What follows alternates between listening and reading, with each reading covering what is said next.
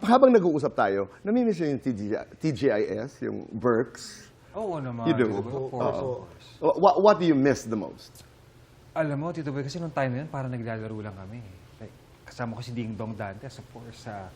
So, sobrang, tsaka yun yung one of my first TV show. So, talagang Hindi, ang kasama very mo, pangalanan memorable nga sa akin. natin. Pangalanan mong kasabayan mo. I'm with, of course, Ding Dong.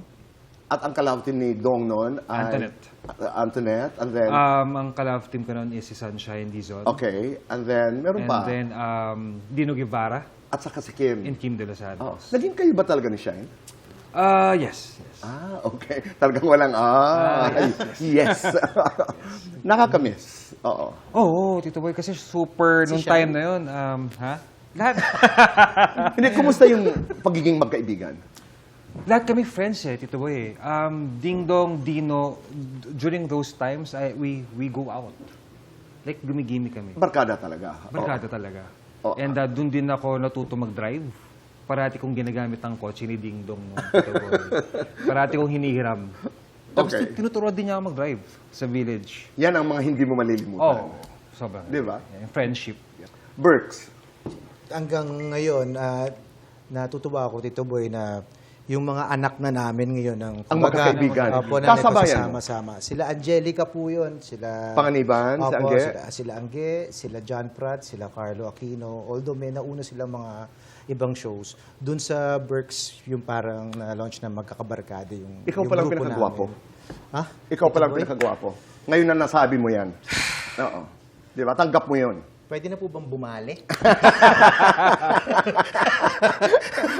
Pero noon may mga katapat na shows, di ba? Ang Yes, katapat noon ng Berks ay dito Click. sa... Click po. Oo, Ang katapat namin is gimmick, Tito Oo. Boy. Meron ba talagang rivalry noon? Feeling ko, Tito Boy, ng mga bata, Meron no? parang meron Meron eh. Siniseryoso Parang meron. yun eh, di ba? Opo. Meron. Sino po. yung madalas pag-usapan? Hindi, noon? ako dito po, hindi ko makalimutan para may isang taping kami sa Berks. Nakita ko pumunta sa taping namin noon yung mga nasa Click.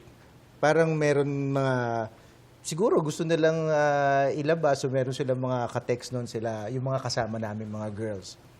So, nandun doon yung ibang boys doon sa amin. Sino mga boys? Sino Oo, mga... sige nga. oo. Hindi Sino ko, yung Salamat, Polo. hindi ko mapangalanan sila Jake Cuenca, tsaka sila Brian Revilla. Hindi mo sila mapangalanan. Hindi ko wag. mapangalanan Hindi mo kasi mention mga kaibigan ko sila eh. Ginagalang mo yung privacy Opo. nila ni Jolo, Revilla, at Jake Jake Cuenca. Cuenca. Sila si Brian Revilla po. Oo, At sino yung sinusundo nila doon?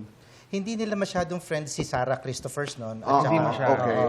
Sino ba? Sino Saka pa? sila Sino Karel pa? Marquez nung mga panahon na yun. Pero dati pa yun, baka naman di na nila. So, anong reaction yung mga boys nung... Siyempre, Tito Boy, parang wow. Territorial, yung mga, di ba? Oo, yung mga ano namin to, leading lady namin to, dinadayo ninyo dito. So, Pero okay lang saan po. mo dinala yun? Nagkim-kim na lang. Polo, ikaw, anong naalala mo pagdating sa kompetisyon, sa rivalry? Actually, Tito Boy, kami nila Dong, nila Dino, wala naman yung mga fans. Sila yung parang... No, minsan- yung katapat na rivalry. Wala Sa masyado. gimmick, wala masyado. Pero sa loob. Kasi naalala ko yun eh. Halimbawa, di ba, yung Ding Dong, Yes. The Love Team, tapos si Kim, at saka Nandun ka si nun, nung time na yun, kasi nung time na nag-start kami, Tito Boy, di Andun ba? ako. Yes. Yung mga fans na nag-aaway.